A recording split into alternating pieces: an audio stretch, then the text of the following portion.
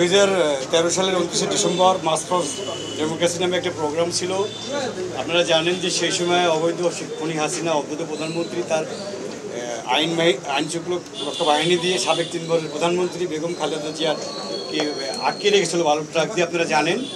এবং বালুর ট্রাক দিয়ে আটকে রাখার পরেই তাকে বাসা থেকে বের হতে দেয় নাই এবং তাকে বিষাক্ত পেপার স্প্রে যেটা নিক্ষেপ করেছিল, যেটা জাতিসংঘের হিউম্যান রাইটস থেকে নিষিদ্ধ করা ছিল, সেই ব্যাপারে আমরা মামলা করতে এসেছি। আমি শরীফুল ইসলাম শাওন, সাবেক ছাত্রনেতা, রাজশাহী বিশ্ববিদ্যালয়, এখন বিএনপির জাতীয়তাবাদী কৃষক দল সেন্ট্রাল কমিটিতে আছি, সেন্ট্রাল কমিটির নির্বাহী সদস্য।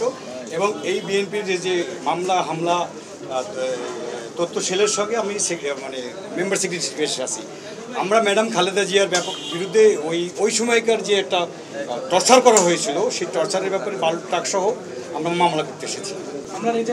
মামলা বললামই তো যে বালুর ট্রাকের সাবেক স্বৈরাচার অবৈধ প্রধানমন্ত্রী শেখ হাসিনা সহ 113 জনের বিরুদ্ধে ওই সময়ের সমস্ত র্যাব এবং আইজিপি হাসান মাহমুদ খন্দকার থেকে শুরু করে আপনার শহীদুল হক থেকে শুরু করে তারপরে আপনার ডিএমপির কমিশনার আসাদুল হক মিয়া থেকে শুরু করে এরকম করে 113 জনের বিরুদ্ধে মামলা দায়ের করেছে।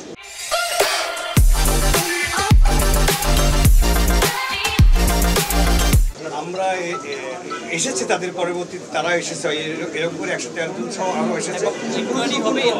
আরও অ্যাড হবে। 2023 ডিসেম্বর 3 বারের সফল প্রধানমন্ত্রী বেগম খালেদা জিয়া, তার উপর নির্মম অত্যাচার সেদিন হয়, আপনারা দেখেছেন। এবং সেদিন মার্চ ফর ডেমোক্রেসি ছিল খুবই গুরুত্বপূর্ণ একটা প্রোগ্রাম। সেই প্রোগ্রামকে নিশ্চিত করার জন্য, সেই প্রোগ্রামকে ভেঙে দেওয়ার জন্য, এবং তারা এমন কোনো হেন কাজ নেই যারা করেনি। ইভেন তিনি 3 বারের প্রধানমন্ত্রী, তার বাড়ির সামনে বালুর ট্রাক, এটা আসলে শুনতেও খারাপ লাগে। এটা বাংলাদেশের ইতিহাসে একেবারে নজিরবিহীন ঘটনা। এটা আমরা কারো বেলায় এক্সপেক্ট করি না। শেখ হাসিনা স্বৈরাচার ছিলেন, আমরা তারও বেলাও কিন্তু চাই না যে তার বাড়ির সামনে বা তার কার্যালয়ের সামনে কিন্তু বালুর ট্রাক নিয়ে আসা হয়। এটা খুবই নির্মম এবং নিন্দনীয়, ঘৃণিত। তো এই বিষয়টা অবশ্যই আমরা এর আগে প্রতিবাদ করতে পারিনি, কারণ আমরা সম্পূর্ণ পরাধীন ছিলাম। এখন আমরা অনেকটা মুক্ত। আজকে আমাদের সুযোগ হয়েছে, আমরা আমাদের নেত্রীর জন্য সেই মামলাটাকে আমাদেরকে এস্টাবলিশ করার, আমরা সেটার জন্য এসেছি।